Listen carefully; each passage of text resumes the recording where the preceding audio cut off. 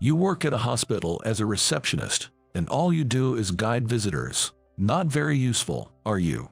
It was a coincidence. Or maybe, in a way, it was inevitable. My childhood friend I always competed with had come to the hospital where I worked. He saw the placard I was holding and sneered. "I thought you were a doctor." "I work as a doctor at a different hospital now." "Were you trying to make it seem like you were working at the hospital too, by saying you had a job here? You're such a liar," he said, looking down on me. The patient's condition has suddenly turned worse. An issue arose that disrupted my old friend's smugness. Dr. White, the hospital director, called out to me from behind my pale-faced old friend. "I'm counting on you," he said. "I'm Eugene. Single, with no girlfriend, and living alone. Currently, I work at the reception of a university hospital. The main job of the reception is to hold a reception placard, approach people who are lost in the hospital, and guide them. I also help guiding people to unmanned payment machines when the cashier is busy, and manage the lines. It's a job anyone can do, but for me, who often feels sleepy during the day due to jet lag, it's just right." "Excuse me, where is the place for new patients?" "Oh, it's right over here. I'll guide you." "Well, thank you." "You're welcome." I guided the elderly lady and handed her over to a nurse before returning to the information desk. Then, I noticed a man staring intently at my face. That face.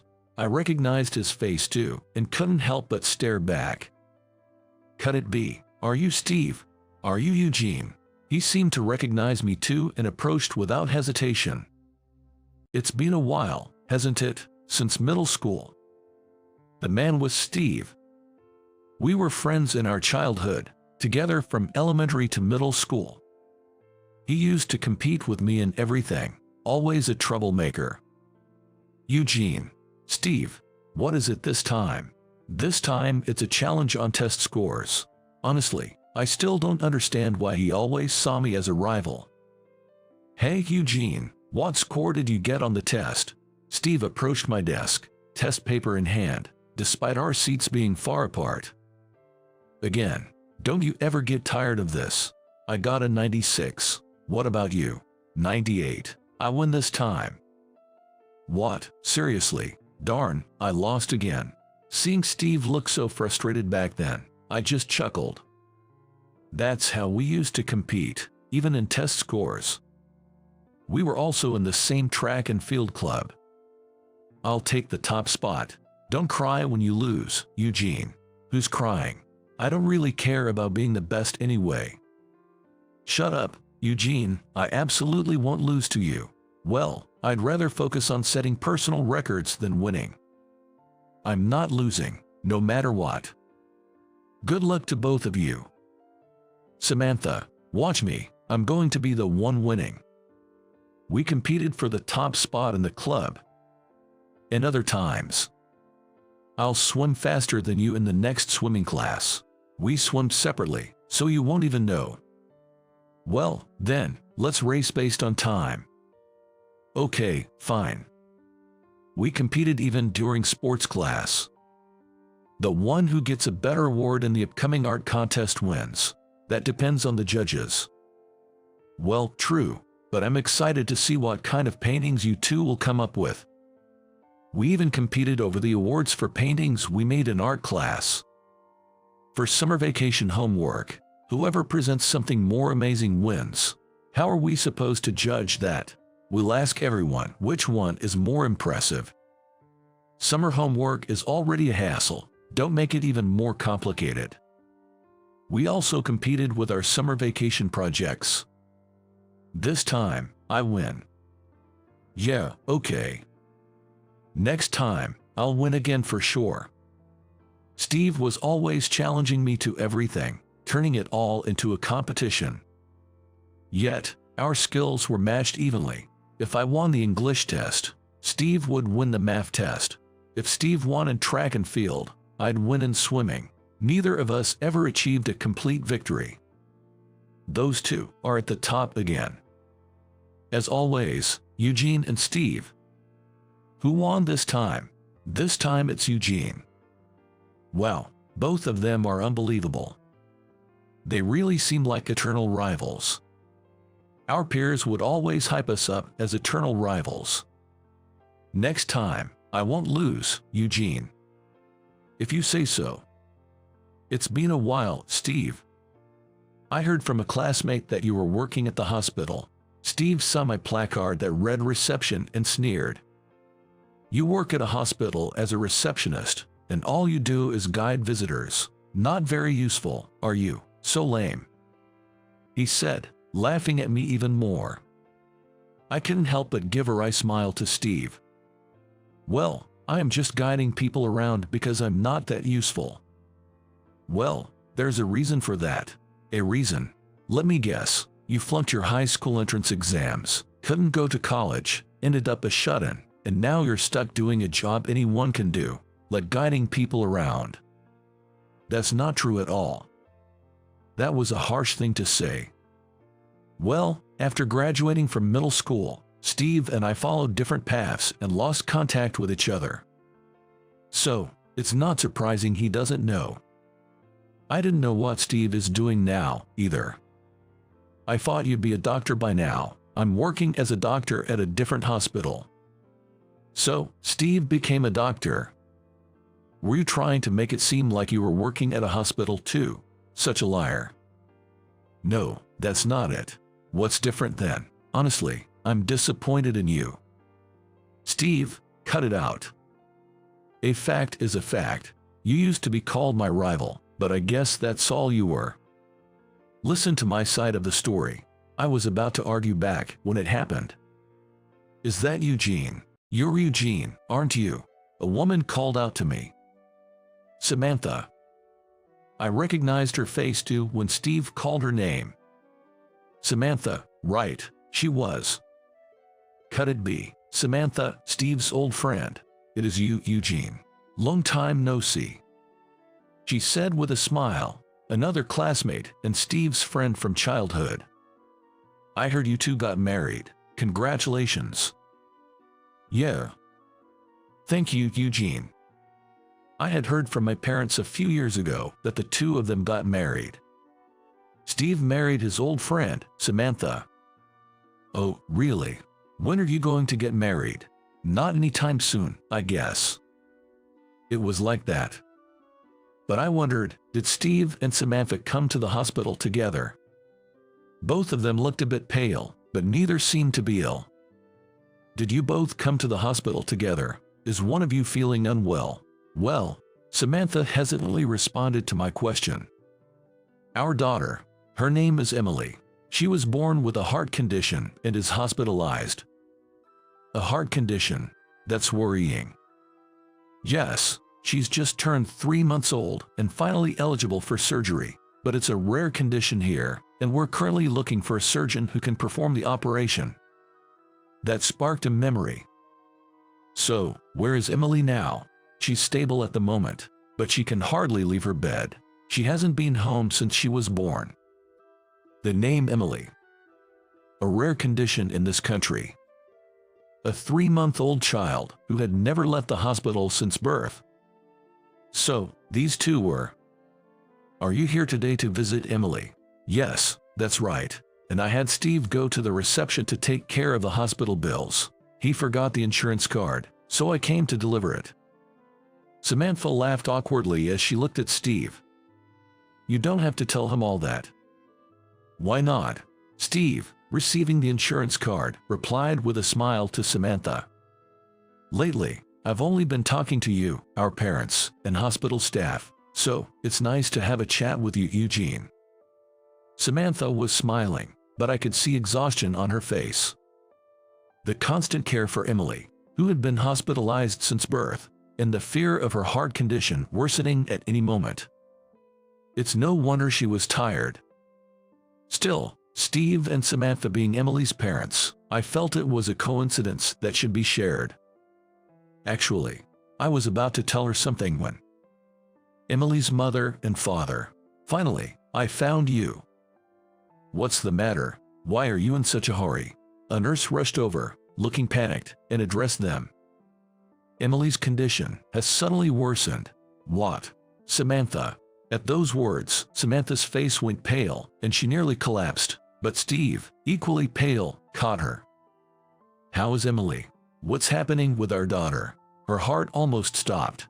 She might need emergency surgery. Her heart. Oh no. But at our hospital, we can only provide temporary measures. For a cure, we need a specialist in pediatric cardiology. We came here looking for the doctor. Damn it, Emily. Steve muttered in despair. Eugene. Then, Dr. White came to call me. I have a surgery I need you to do. That's why I called you from Australia. No time for jet lag. Yes, I understand. I nodded at his words and handed my placard back to reception. I'm counting on you. Understood. With Dr. White's words, I tightened my resolve and followed him. Huh? Don't worry, leave it to me, I'll save her. Eugene. You can't be. Surprised, Steve and Samantha watched me pass by and head to the operating room. Eugene. Yes. Do you have any plans to go to Australia? Australia. Yes. Your skills are too valuable to be confined to the US. How about honing them in Australia? I hadn't mentioned it to them, but after high school, I went to medical school, got my medical license, and then, on Dr. White's recommendation, studied in Australia. As a pediatric cardiac surgeon, I've experienced numerous surgeries in Australia, including treating a premature baby who weighed less than 4.4 pounds. I originally worked as a pediatrician in a university hospital and went abroad to advance my career. I spent about 3 years gaining experience in Australia. Then one day, actually, there's a child with a complex case admitted to our hospital. I want you to handle it. Dr. White contacted me. Is that so? I've heard about you from the doctors over there. I'm sending you the data, so please check it first. Understood. After reviewing the data sent to me, I determined that I could perform the surgery. Dr. White, I can do this child's surgery. Good. Once everything is ready, can you come back to the US? Yes, I'll be in touch. And that's how I returned to the US. However, after spending 3 years in Australia, the jet lag was severe. I need to sleep. Eugene, you're always so sleepy. I was overwhelmingly sleepy during the day. With you like this, the surgery can be done, more the work as a doctor. I'm sorry. I guess it's okay for now. Meanwhile, do some guiding at the reception. Guiding? Yes. Get over your jet lag while you observe the hospital. It's important to understand the hospital you work at. So, by the hospital owner's orders, I, holding a medical license, found myself in a unique situation, working as a receptionist. This was the 3rd day of doing so. It's okay, I'm going to save her. I came over the jet lag and was confident enough to handle the situation now. Entering the operating room, I saw the little girl lying there. Indeed, I had been called for Emily's surgery, Steve's daughter. Let's begin the surgery. In her case, the major blood vessel leading to the heart was constricted, and there was also a hole inside. First, we had to stop her heart and operate using a heart-lung machine. Her small body had significantly less stamina compared to an adult, and the strain on her body was immense. It was a race against time. I had to operate carefully and quickly, ensuring no small mistakes were made. I thought of the 2 people who must be waiting outside the operating room. The pale faces of Steve and Samantha when they were told about Emily's sudden change in condition. Samantha, who looked tired from worry and caregiving.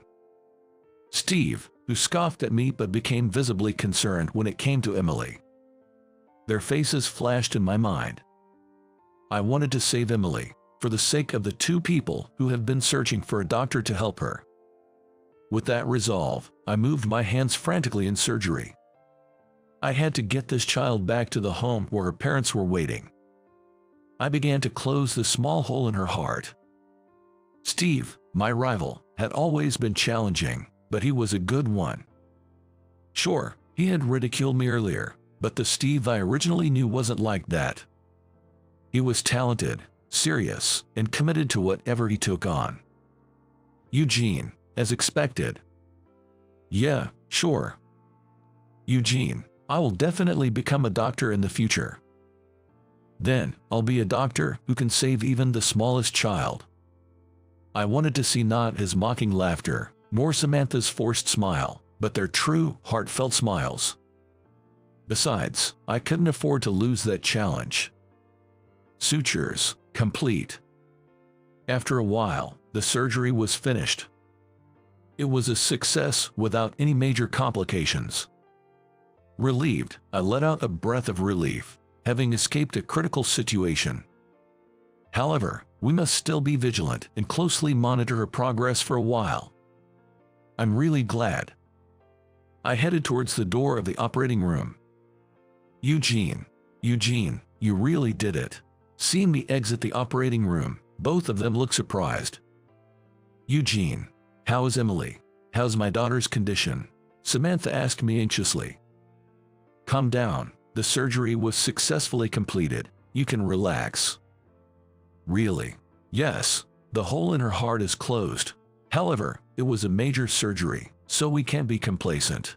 We'll continue to monitor her closely, but for now, she's okay. My words seemed to finally reassure them. Thank you so much for performing the surgery. Samantha thanked me. Dr. White told us while you were in surgery. Eugene is a skilled doctor I called from Australia. I knew he would save your daughter. Given the circumstances, she should be fine now. That's how Dr. White introduced me, it seemed. I felt a bit embarrassed and gave her a smile. I can say whether I'm skilled or not, but I did my best to treat her. Really. Thank you so much, Eugene. Eugene. Steve started to speak. I'm sorry for calling you a liar earlier. Thank you for saving Emily. Steve said, tears streaming down his face. If it weren't for you, Emily wouldn't have been saved. Thank you so much, and I'm sorry for belittling you, saying anyone could do the job and calling you useless. Steve, his words conveyed a deep sense of apology and gratitude. The surgery was successful, but Emily's life continues from here. Children who have had heart surgery need to be careful even with a common cold. The real challenge starts now. I said, patting Steve's shoulder encouragingly. That's where I come in as a parent and an internist. Steve lifted his face and smiled. Samantha was smiling next to him. Seeing their genuine smiles return, I truly felt happy. Right, I'll leave that to you, Steve. Okay. Thank you so much. Eugene. Oh, Dr. White. How's she doing since the surgery? So far, so good. That's good to hear. It was your first surgery since I recruited you, so I was concerned. I heard about it. You introduced me as a skilled doctor. Isn't it true? Well, yes, but it's still embarrassing. No need to be embarrassed. I was confident you could save her. Now, I'm counting on you to keep up the good work. Understood. Emily is still hospitalized, but has become much more energetic. According to Samantha, she can now drink a lot more milk, which she couldn't do before. It was by the time she turned 5 months old. Emily recently rolled over for the first time. That's great. Yeah, Samantha was so happy about it. She said it's a miracle she's gotten this far. It's all thanks to you. It's not just because of me. It was all Emily's effort and the support of you too. Steve spoke happily. For Emily's sake, Steve decided to work as an internist in this hospital. Emily, Daddy's here. You're looking good today. You're here again. Why not? I'm her dad after all. Doting dad, huh? With a daughter this cute, can't help being one. He's quite the doting father, always rushing to Emily's room during breaks to see her face. And before heading back to work, he never forgets to remind me, Please take good care of Emily. I respond, got it, now get back to your work. I need to give more than my all, otherwise, Steve might get mad at me. I chuckled to myself, thinking this. Despite his ways, Steve is an excellent doctor. I often hear good things about his reputation. And so, some time passed after that day. Yeah, this should be fine for now. That means you can finally go home together. Emily's discharge from the hospital was finally decided. Regular outpatient visits are still necessary for a long time, but going home was a joy for Steve and Samantha. They had been eagerly awaiting the day they could return home together as a family. I've got some news, Eugene. Okay, calm down. Steve's in a good mood, really, but it's understandable. They've been waiting to go home together for so long. That must be a happy moment. That doctor looks really happy these days. His daughter can go home now, right? That's right. She's been in the hospital for a long time. That must be a relief. Steve's obvious good mood was noticed not just by me but also by the surrounding doctors, nurses, and patients, who looked on warmly. We can finally go back home together. That's great. Yeah. It was a few days after Emily's discharge. Steve asked me out for a meal. I gladly accepted and followed Steve. Not going for drinks. Idiot. How can I drink when Emily is around? That's true. So, we headed to a casual family restaurant. Eugene, really, thank you so much for everything with Emily. I've heard that many times. How's Emily today? Today, she's staying over at Samantha's parents' house. It's close by, but since she's been in the hospital since birth, Samantha's parents were overjoyed to finally meet her. That's great. Thanks to you, Eugene. Our family can smile again. I can't thank you enough. I'm happy too. I truly felt that way from the bottom of my heart. Seeing their smiles, I smiled too. This was the perfect opportunity. I decided to ask about that matter. You know, there's something I've always been curious about. What's that? Why have you always competed with me since we were kids? Everything was a contest. Well, Steve hesitated to speak. Back in first grade, Samantha said you were smart and cool, and I couldn't stand it. What? Since then, I've had a crush on Samantha. Every time she praised you, it made me mad, and I kept challenging you to contests. Seriously? Yeah, but even though I thought I could beat you easily, you were too good. I could never really defeat you. It became a matter of pride, and I kept it up until we went to different high schools. I was honestly taken aback. All this time, his challenges were driven by childhood jealousy. So, I'm the bad guy in the story. Well, Samantha always talked about how cool you were. I thought she liked you, but she confessed to me before college, and that's when I realized I had it all wrong. I see. If the girl you liked was always talking about another guy being cool, I guess I can see why I might have seemed like the bad guy. And so, it turned out he became my rival because of that. Now, I'm married to Samantha, and we have Emily. I'm filled with happiness, so I don't need to compete with you anymore. Then why did you bother me in the hospital? At my question, Steve gave a sheepish smile. At that time, I was frustrated because Emily's illness seemed untreatable, and no doctor or method could be found. On top of that, seeing you, who had always been excellent, and my competitor, doing a job that anyone could do was unbelievable. I always thought you would definitely become a great doctor. So, that's why you were so prickly.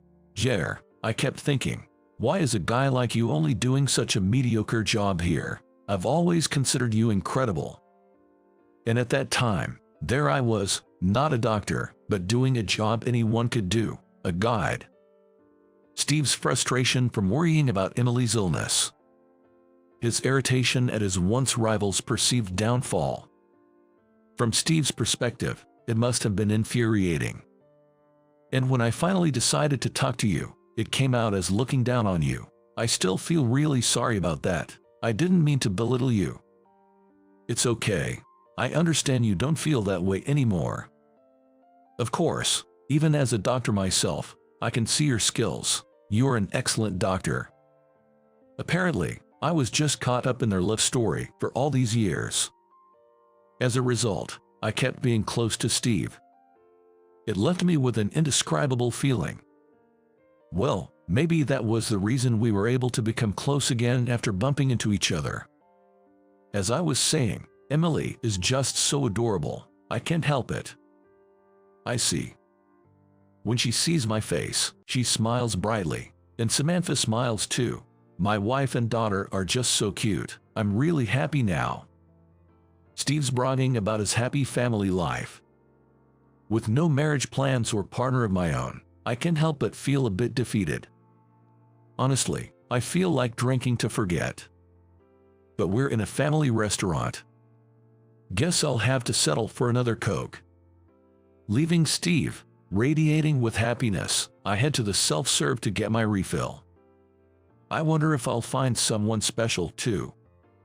Time passed, and Emily turned 3. Eugene. Hey Emily, how have you been?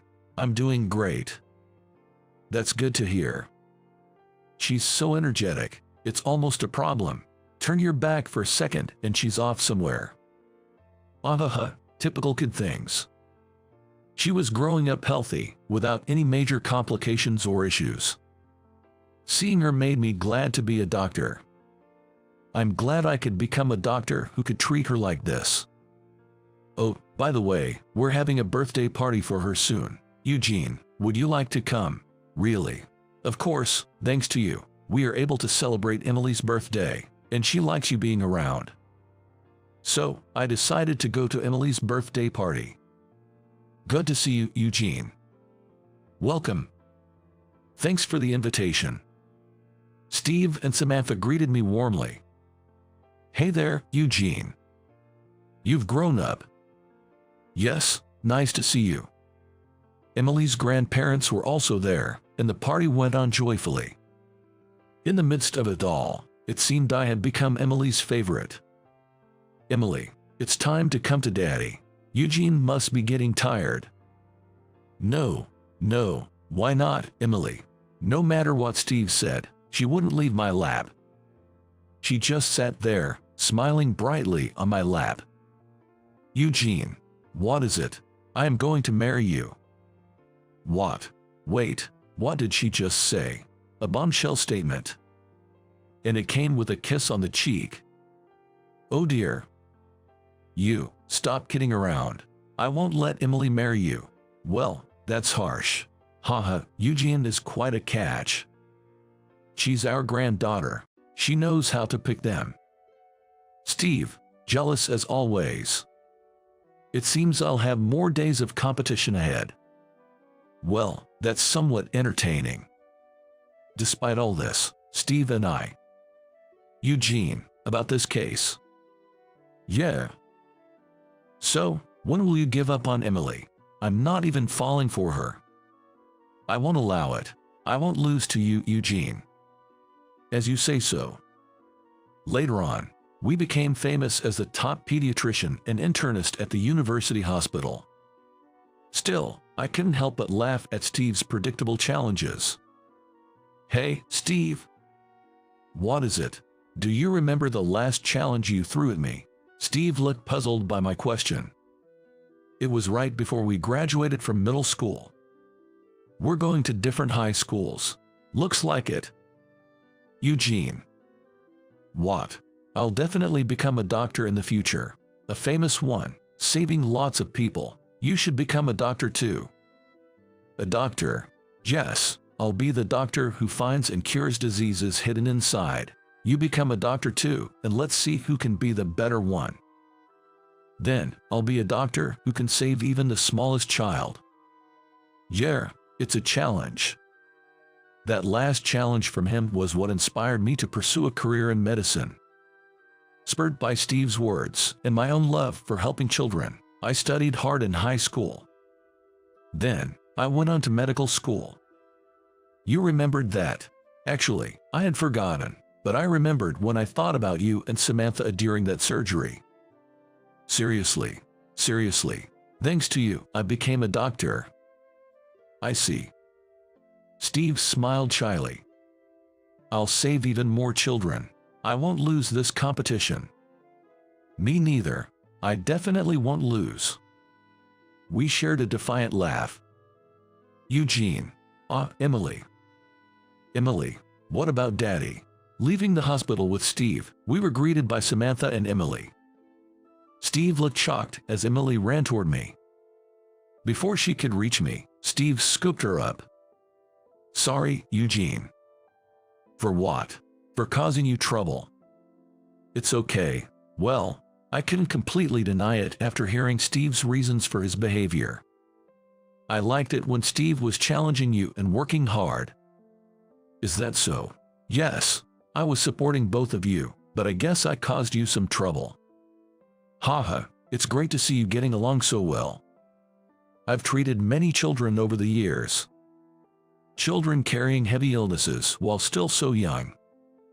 Still, there were children I couldn't save. I've never forgotten about them. I've continued my effort to save more children. There are treatments I couldn't do back then that I can do now. Seeing children like Emily overcoming their illnesses and growing up fills me with joy. Every time I see their growth, I feel grateful to be in this profession. Well, let's work hard today to not lose to my best friend. I've kept striving to save as many children as possible. By the way, Emily, who has grown up seeing me and Steve, told me she wants to be a doctor. The problem is she can't decide whether to become a pediatrician or an internist. Emily will choose to be an internist. She's my daughter, after all. Do I still have to compete with you?